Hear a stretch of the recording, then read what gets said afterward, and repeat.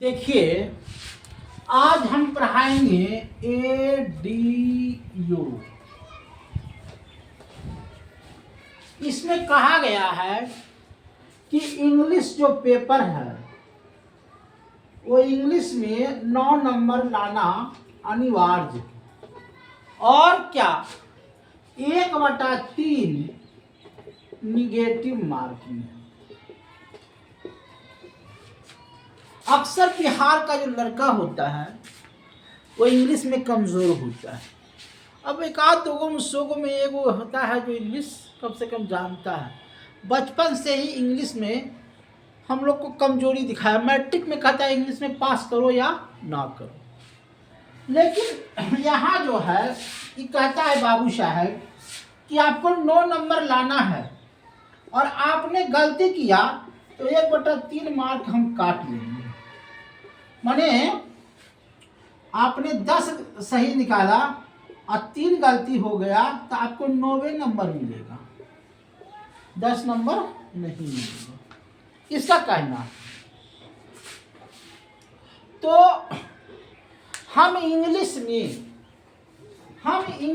कुछ नहीं जानते, हम इंग्लिश में कुछ नहीं जानते, लेकिन हमने बचपन में पढ़ा है। क्या पढ़ा है? हमने बचपन में पढ़ा है part of speech, part of speech पढ़ा। जैसे इसको तो पार्ट ऑफ स्पीच जो है वो 8 प्रकार के। पहला नाउन, नाउन कहते हैं जैसे राम, किसी नाम को, श्याम, मोहन, ये सब जितना भी है किसी के नाम का बोध होना नाउन कहलाता है। प्रोनाउन इसको कहते हैं सर्वनाम। अब जैसे राम उजला शर्ट पहने हुए हैं, Ram is white, WHIT white shirt. तो व्हाइट बने हुआ ये विशेषता बता रहा है कि व्हाइट जो है उजला शर्ट राम पहने हुए हैं। एडजेक्टिव,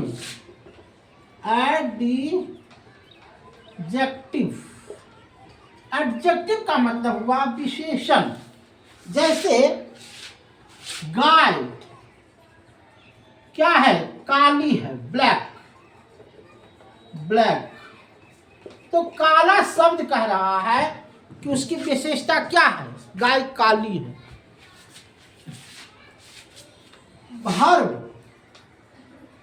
धर्म का अर्थ होता है क्रिया। अब जैसे Ram it's a mango, Ram it's a mango, माने राम एक आम खा रहा है। तो इट्स ए मैंगो, तो खाना क्या है? कुछ काम कर रहा है, तो खाना क्या है? एक अथी है एडवर्ब का अर्थ होता है क्रिया विशेषण, माने काम करता हो और उसके साथ विशेषता। जैसे Ram is a good boy, Ram is a good boy.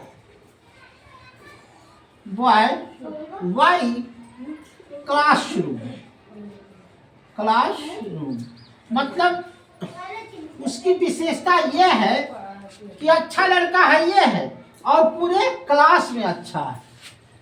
तो क्रिया विशेषण यानी काम करते हुए उसकी विशेषता को दर्शाता हो तो वह कहलाता है एडवर्ब। प्रीपोजिशन, जैसे देखिए 8 प्रकार हम बोले हैं ना, 8 का बस्ते कर देंगे। इंग्लिश में कुछ नहीं जान तो इतना जान लो,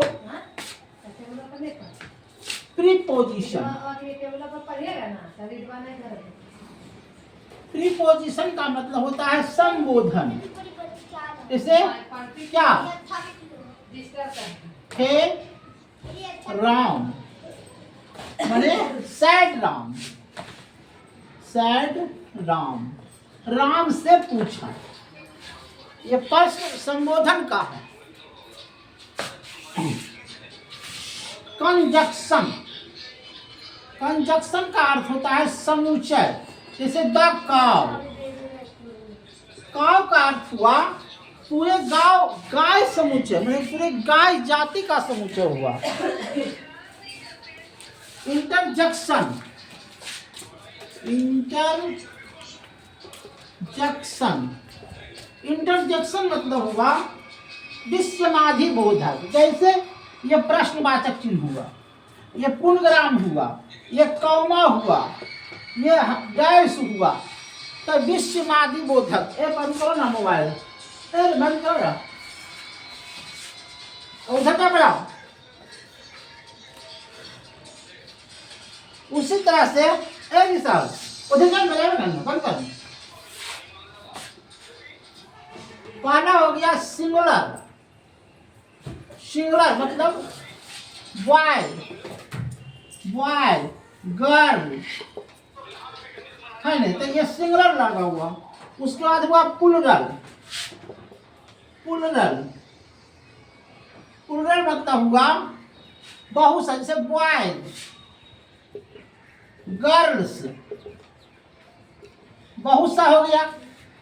उसी तरह से जेंडर, कुछ नहीं जानते हैं तो जेंडर, जेंडर मतलब होता है स्त्रीलिंग। तब मेल हो गया पुल्लिंग, फीमेल हो गया स्त्री, और कॉमन जेंडर हुआ उभयलिंग, न स्त्रीलिंग हुआ न पुल्लिंग हुआ। और उसके बाद न्यूट्रल जेंडर हो गया नपुंसक। 4 प्रकार के। उसके बाद होता है पंचम, पर्सनल। तो पर्सनल में होता है फर्स्ट पर्सन, सेकेंड पर्सन और थर्ड पर्सन। इसमें एम आई आर, दूसरा में यू आर और तीसरा में आई विल गो। अब आइए केस, काउज। बहुत अच्छा ढंग से समझा देंगे, समझ में आ जाएगा। इंग्लिश कोई भरा चीज नहीं है, समझने का फेर है।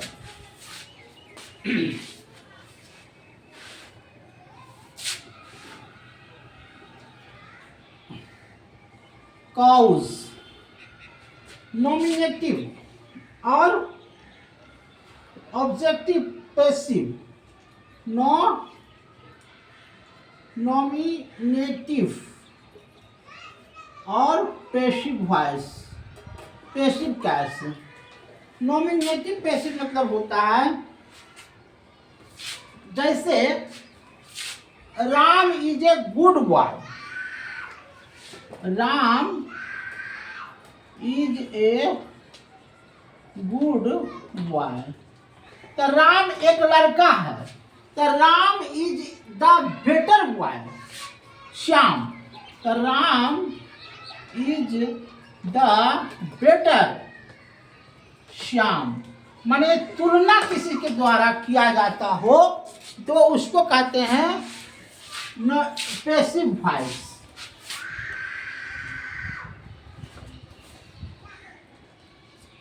अब आइए सेंटेंस। सेंटेंस जो होता है 4 प्रकार के होता है। सेंटेंस निश्चय बाधक बात, उसको बोलते हैं असेंटिंग सेंटेंस, और बिटरग्रेटमेंट सेंटेंस प्रश्नवाचक, और इंप्रोसेंटिव सेंटेंस विधिवाचक, ऑप्टिकल सेंटेंस इच्छाबोधिक वाचक, एस्टिमेटिव सेंटेंस बसवादी वादक। ये सब समझना पड़ेगा। आई सेड, मैंने पूछा, मेरी इच्छा हुई पूछने की, तो उसने जवाब दिया। अब होगा आर्टिकल्स। आर्टिकल को पढ़ना बहुत जरूरी है, इसको मिटा देते हैं। इतना पढ़ा देंगे कि आप लोग इंग्लिश में समझ में आ जाएगा। आर्टिकल, आर्टिकल 3 प्रकार के होते हैं, ए एन और द। ये तीनों का प्रयोग जानिए। जैसे एक कैट, जैसे दिस इज एक कैट या एक बिल्ली है ने। अब एन का प्रयोग कहाँ होता है? जैसे है ने डॉक्टर है, द एन डॉक्टर माने डॉक्टर क्या है? Doctor. MLA, the N MLA. MSc कैले है, द एन एमएससी। उसी तरह से आईएस कैले है, वीडियो है, आईएस है, वीडियो है, एसडीओ है ने। तो इसमें एन का प्रयोग होता। घंटा है, एन का प्रयोग। अब द का प्रयोग कहाँ होगा? इसको बताइए। तो किसी ऐसे मान लिया जाए काव है, तो किसी निश्चित वाक्य के लिए द का प्रयोग किया जाता है।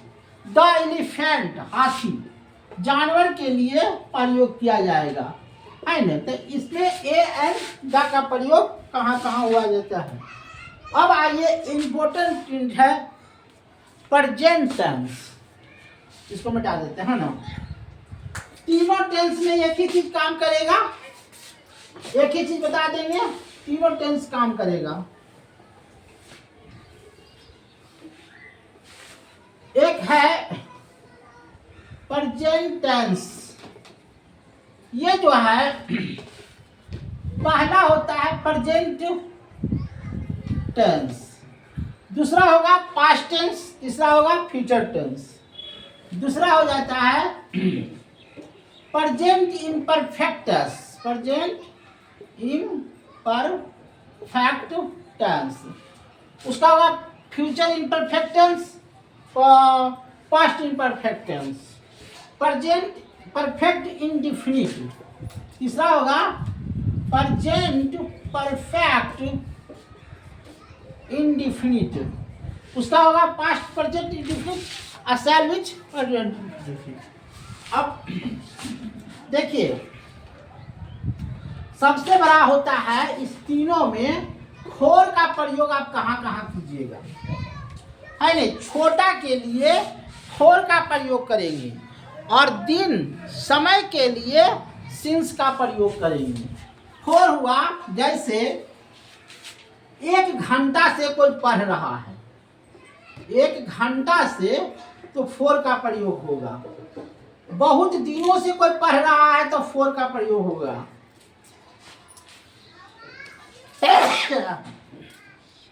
4 दिनों से कोई पढ़ रहा है, फोर का प्रयोग होगा।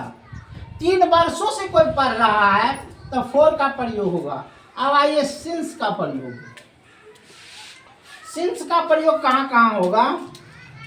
जैसे सोमवार, मंगलवार, मंडे, मंडे से कोई पढ़ रहा है तो सिंस का प्रयोग होगा। 1980 से कोई पढ़ रहा है तो सिंस का प्रयोग होगा।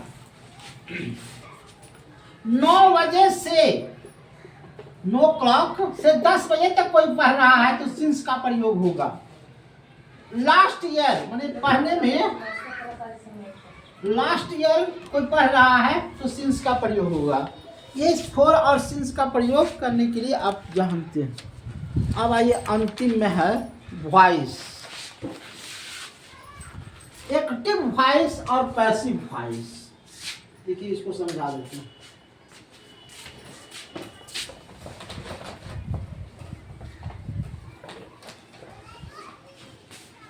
एक्टिव वॉइस और passive voice.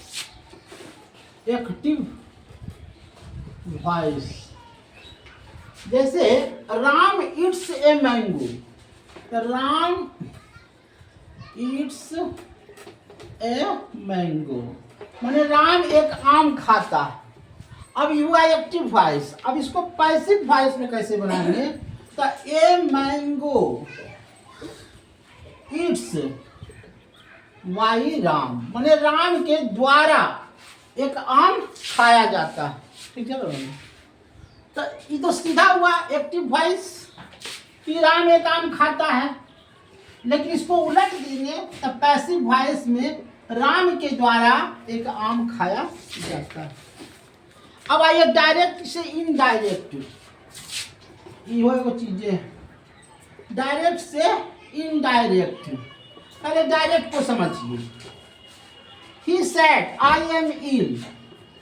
He said, I am ill.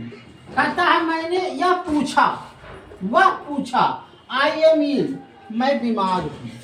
अब इसको डायरेक्ट हो गया, अब इसको इनडायरेक्ट में बदल दिए। He said, वह पूछा, क्या पूछा? To me, do you? He said that he was healed. That he was healed. क्या तुम बीमार थे? He said, हमने पूछा क्या तुम बीमार थे, माने पास्ट परफेक्ट इंडिफिनिट में बदल जाता है। प्रेजेंट टेंस को पास्ट में बदल देना एक्टिव डायरेक्ट से इनडायरेक्ट में हो जाता है। अब हो गया समाप्त। तो इतना चीज अंग्रेजी में अगर जानकारी है तो कोई भी कंपटीशन को आप टच कर सकते हैं, उसमें 9 नंबर और 10 नंबर ला सकते हैं। यही हम कहना चाहते थे। धन्यवाद।